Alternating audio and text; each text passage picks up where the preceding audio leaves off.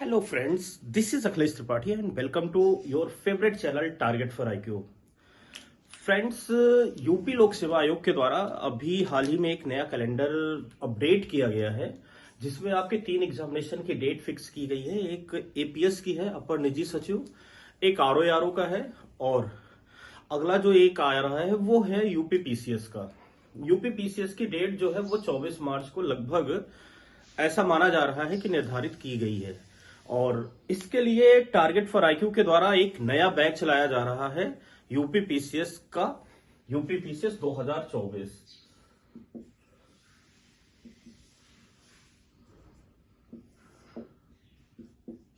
और इसमें आप लोगों को प्रॉपर अगर यूपी पीसीएस के बारे में देखा जाए तो इसका ये जो परीक्षा होती है वो 3 चरणों में होती है, आपकी प्रीलिम्स, मेंस और इंटरव्यू। प्रीलिम्स, मेंस, इंटरव्यू या साक्षात्कार। प्रीलिम्स के बारे में देखा जाए साथियों तो इसके 2 पेपर होते हैं। 2 पेपर होता है, एक होता है आपका जीएस का, जनरल स्टडी का, एक होता है आपका एप्टीट्यूड टेस्ट।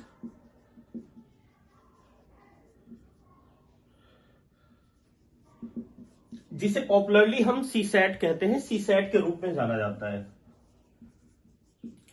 दोनों पेपर आपके 200 मार्क्स के होते हैं, 200 मार्क्स के होते हैं और इसमें आपका आता है 100 क्वेश्चन, इसमें आता है आपका 150 क्वेश्चन।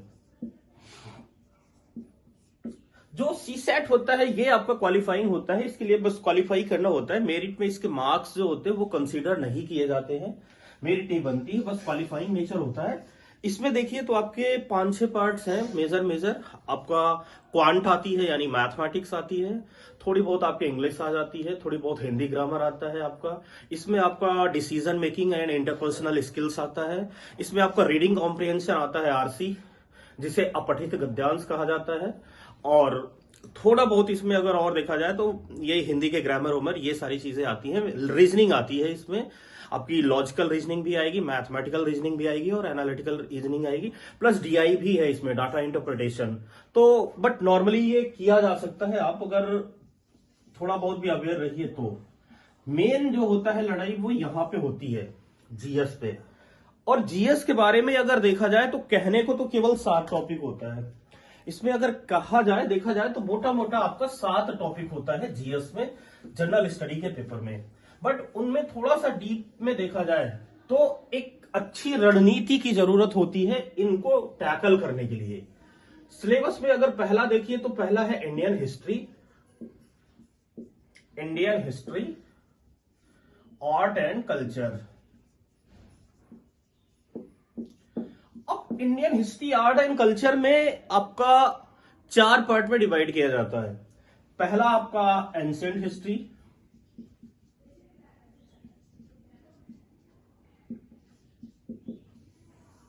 एंशिएंट हिस्ट्री के बाद में अगर इसमें देखिए तो आपका जो मेजर है आपका पैलियोलिथिक एरा हो गया या आईबीसी हो गया, इंडियन इंडस वैली सिविलाइजेशन या वैदिक कल्चर है, बौद्ध जैन महाजनपद है, मौर्य है, लेटर मौर्य है और Gupta, later Gupta, plus south का, जैसे साउथ का कल्चर बड़ा इंपॉर्टेंट है आपका, चोल का इस कल्चर हो गया, पल्लव इस कल्चर हो गया, चोल एडमिनिस्ट्रेशन हो गया, संगम हो गया लिटरेचर में। ये चीजें आपका यहां से है कवर करना है। देन आपका है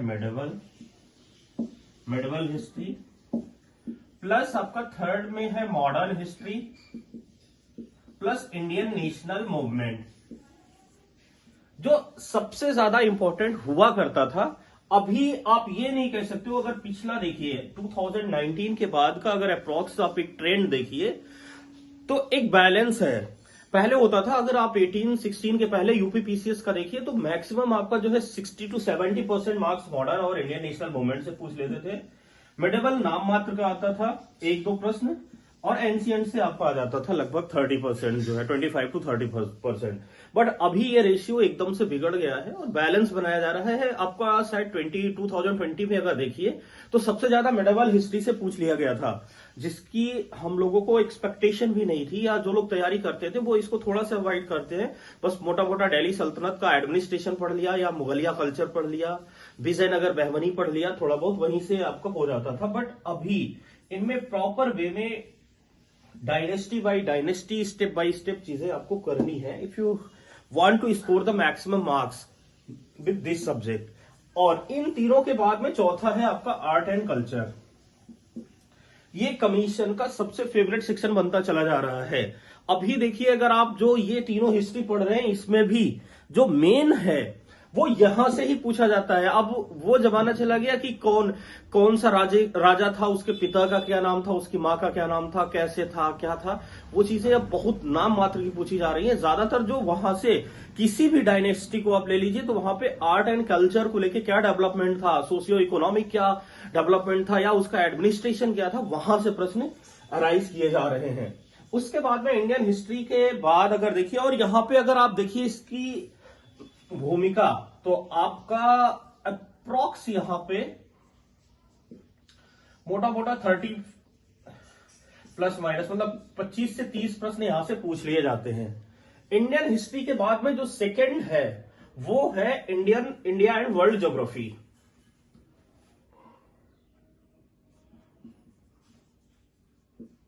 इंडिया एंड वर्ल्ड ज्योग्राफी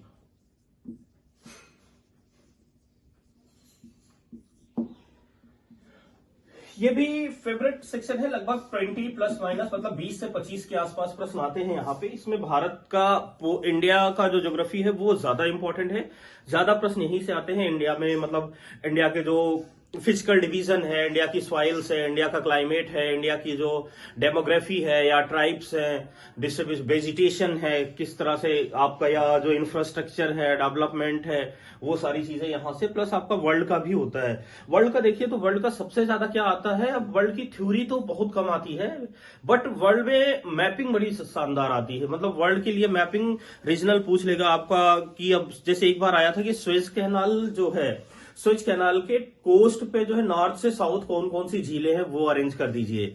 या आपका जैसे मिडिल एशिया है, आपका ये पाकिस्तान अफगानिस्तान के बगल में जो है Tajikistan, Kazakhstan, Kyrgyzstan, Turkmenistan, Uzbekistan, तो इनमें पूछ लेता है कि इनकी कैपिटल क्या है, इनको ईस्ट वेस्ट कैसे करिए। कैस्पियन सी के कोस्ट पे कौन कौन सी कंट्री हैं, आपका रेड सी के पास में कौन सी कंट्री है, इस तरह से। तो वो सारी चीजें मतलब मैपिंग ठीक ठाक आती है। और इंडिया की ज्योग्राफी प्लस इसी के साथ साथ इसी में सेंसस भी पूछा जाता है। सेंसस एंड अर्बनाइजेशन, नगरीकरण और जनसंख्या भी इसी में कंसीडर किया जाता है, ये भी आपसे पूछा जाता है। इसके बाद में तीसरा अगर आप सब्जेक्ट देखिए तो Indian polity and right related issues. भारतीय राज्य व्यवस्था एवं अधिकार संबंधी मुद्दे। राइट रिलेटेड इश्यूज दोस्तों कुछ नहीं है, अगर आप जुडिशरी के जो बच्चे हैं वो इसे बहुत अच्छी तरीके से जानते हैं, वो आपका लीगल जीके होता है। ठीक है, लीगल जीके में जो चीजें पढ़ाई जाती हैं या हम पढ़ते हैं, अगर आप देखिए थोड़ा सा दिमाग से अगर जोर देके देखिए तो वही चीजें हैं कि आपका जो लीगल क्या डेवलपमेंट होता है या अधिकार से संबंधित क्या डेवलपमेंट हुआ है, कौन सा बिल, कौन सा एक्ट, क्या कैसे, कब अमेंडमेंट हुआ, कब रिप्रेजेंट हुआ, क्या हुआ, वो सारी चीजें। प्लस इसके साथ साथ इंडियन पॉलिटी में देखिए तो आपका कॉन्स्टिट्यूशन आता है, सबसे बड़ा रोल तो कॉन्स्टिट्यूशन का है। प्लस आपका इंडिया में पार्टी सिस्टम क्या है, इंडिया का क्या गवर्नेंस है, वो सारा मतलब एक स्ट्रक्चरल जो होता है पॉलिटिकल डेटाबेस, वो यहां पे पूछा जाता है इंडियन पॉलिटी का। अप्रॉक्स ये भी 20 मार्क्स के आसपास आता है आपका इंडियन पॉलिटी। इन तीनों सेक्शन के बाद में आपका चौथा बड़ा जो है वो है जनरल साइंस। अब अगर जनरल साइंस की बात किया जाए साथियों तो इसमें आप इसको भी 4 पार्ट में बांट सकते हो। पहला आपका आता है फिजिक्स, दूसरा है केमिस्ट्री, तीसरा है बायो। सबसे बड़ी भूमिका इसमें बायो की होती है, अप्रॉक्स 40% आपका आता है इसमें बायो। फिर आपका 20% के लगभग में आ जाता है आपका फिजिक्स, 15% के लगभग में आपका आ जाता है केमिस्ट्री, अब या इसको 30 मान लीजिए, 30% आ जाता है, और बाद में जो 15% बचता है उसमें आपका आता है science and tech plus agriculture. Agriculture भी अभी हाल के वर्षों में पिछले 1-2 एग्जामों में थोड़ी भूमिका कम हुई है रोल, नहीं तो 4 से 5 क्वेश्चन तो आपका एग्रीकल्चर साइंस से ही पूछ लिया जाता था। तो इस तरह से 4-5 पार्ट में आपका जनरल साइंस, और ये भी हिस्ट्री के बाद में अगर दूसरा बड़ा रोल किसी स्टैटिक सब्जेक्ट का है, ट्रेडिशनल सब्जेक्ट का है 6 में, तो वो आपका जनरल साइंस है। ये भी 30 के आसपास, मतलब 25 से 30 के बीच में आ जाता है प्रश्न। और इसके 4 के बाद में, इन चारों के बाद में आपके 2 छोटे छोटे हैं सेक्शन, जहां से 10 से 15 नंबर के लगभग आ रहा है, बट दोनों में एक फ्लक्चुएशन है। किसी साल इसमें ज्यादा पूछ लेते हैं, किसी साल कम पूछ लेते हैं, और बहुत लिमिटेड पढ़ना होता है, इनमें बहुत ज्यादा मेहनत नहीं करनी होती है, बहुत कम मेहनत में आप यहां से स्कोर कर सकते हैं। वो दोनों है आपके, एक है इंडियन इकोनॉमी और एक है इन्वायरमेंट।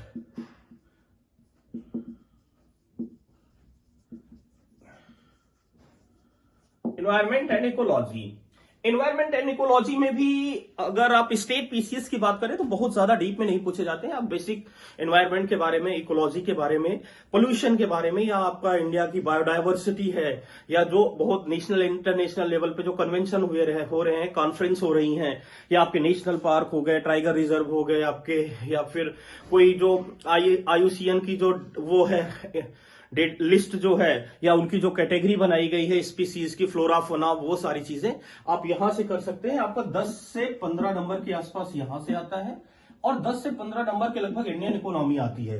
इंडियन इकोनॉमी को साथियों 2 पार्ट में कंसीडर करते हैं। एक तो थ्योरेटिकल होता है, जो आपकी मैक्रो और माइक्रो होती है, व्यष्टि समष्टि। एक होता है आपकी करंट इकोनॉमी।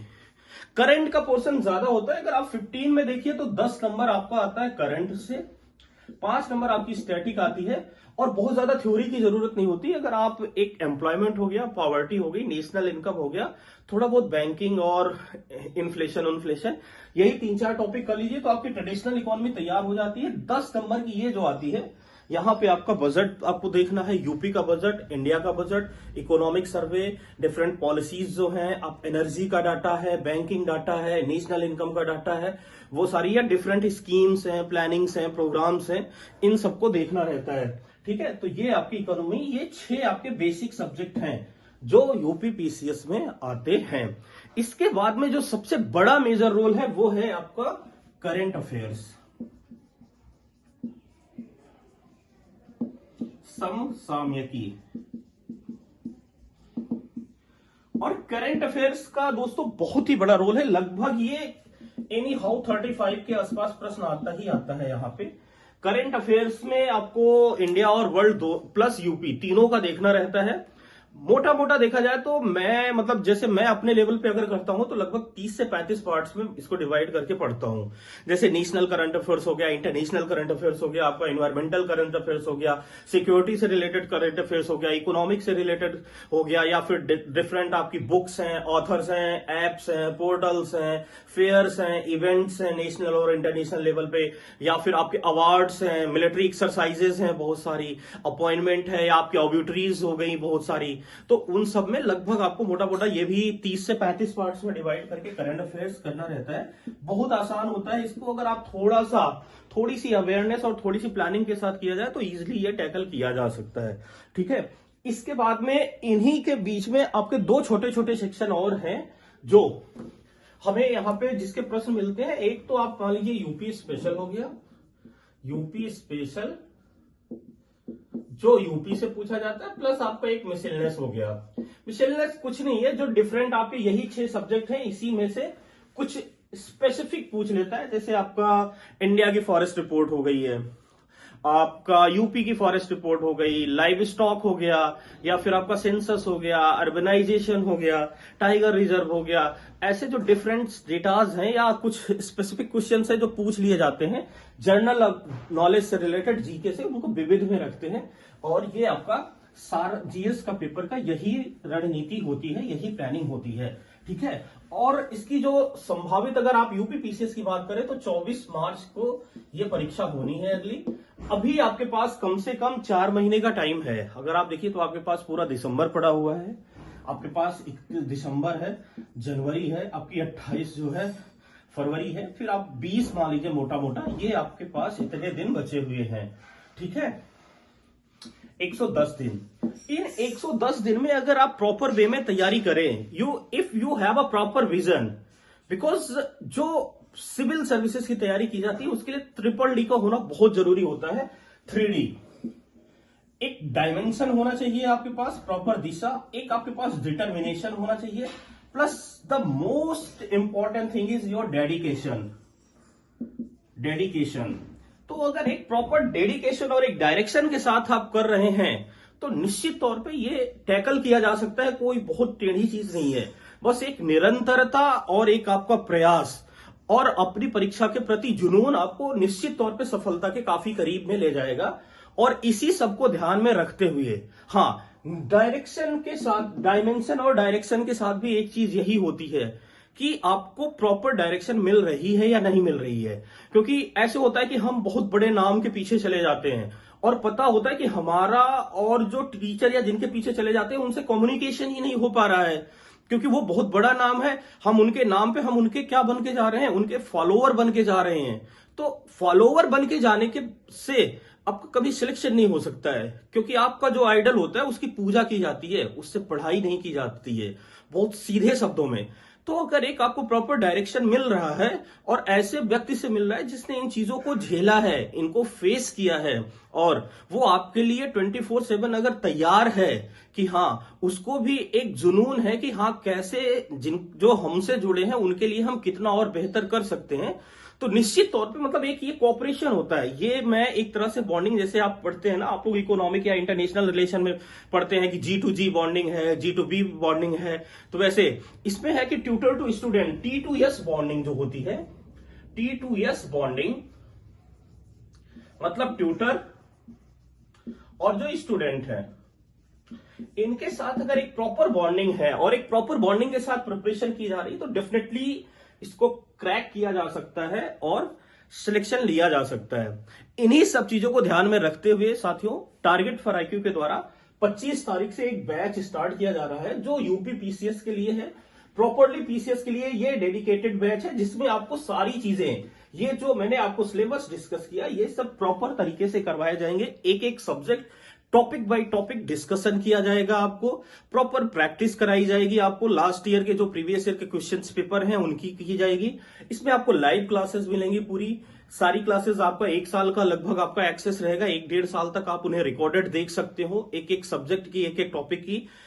जीएस ट्रेडिशनल कराया जाएगा, करंट अफेयर्स कराया जाएगा, मिसलेनियस सारी लिस्टिंग कराई जाएंगी, जो आपको प्रॉपर थ्योरेटिकल थ्योरी के माध्यम से, प्लस माइंड मैप, चार्ट और एक पिक्टोग्राफिक टेक्निक से सारी चीजें ट्रैकल कराई जाएंगी। ये पूरा बैच जो है मैं पढ़ाने जा रहा हूं, इसमें मैक्सिमम जो पोर्शन है वो मेरे द्वारा ही पढ़ाया जाएगा और इसके लिए आपको टेस्ट सीरीज भी प्रोवाइड कराई जाएगी। लगभग आई थिंक 50+ टेस्ट सीरीज दी जाएगी, 50 से ज्यादा टेस्ट आपको दिए जाएंगे, जिससे आप अपना स्वमूल्यांकन अच्छी तरीके से कर सकते हैं। और जब अच्छे से आप अपने आप का अपना एनालिसिस कर सकते हैं तो डेफिनेटली आपको फिर रिजल्ट भी अच्छा ही मिलता है। तो इन सब चीजों को ध्यान में रखते हुए और करंट अफेयर्स की भी प्रॉपर आपको जो है डेली वाइज या आपका मंथली वाइज प्लस एनुअली सारे करंट अफेयर्स की प्रैक्टिस कराई जाएगी। ये बैच आपका 25 तारीख से स्टार्ट हो रहा है, 25 नवंबर से स्टार्ट हो रहा है और बहुत ही कम फीस में। तो आप में से जो भी साथी इंटरेस्टेड हैं या जिनके मन में थोड़ी सी भी शंका है अपनी तैयारी को लेकर, डेफिनेटली आप में से बहुत सारे साथी होंगे जो तैयारी पहले से कर रहे होंगे, आपने कई बार अपियर किया होगा या बहुत सारे लोग सोच रहे हैं, तो आपके लिए डेफिनेटली एक अच्छा चांस है, क्योंकि बहुत ही कम फीस में, नाम मात्र की फीस पे, जैसा कि टारगेट फॉर IQ फेमस है हमेशा से सबसे कम फीस के लिए, नाम मात्र की फीस पे हम लोग एक लॉन्च कर रहे हैं। और आप में से जो कोई चाहते हैं वो हमारा जो ऑफिस का दिया हुआ नंबर है 7500110314 पे कांटेक्ट कर सकते हैं और अपना एडमिशन ले सकते हैं। बैच स्टार्ट हो गया है, एडमिशन आपका स्टार्ट हो गया है। ठीक है, तो इस वीडियो में साथियों इतना ही, मिलते हैं हम फिर किसी नए वीडियो में एक नई चर्चा के साथ। तब तक के लिए थैंक यू वेरी मच।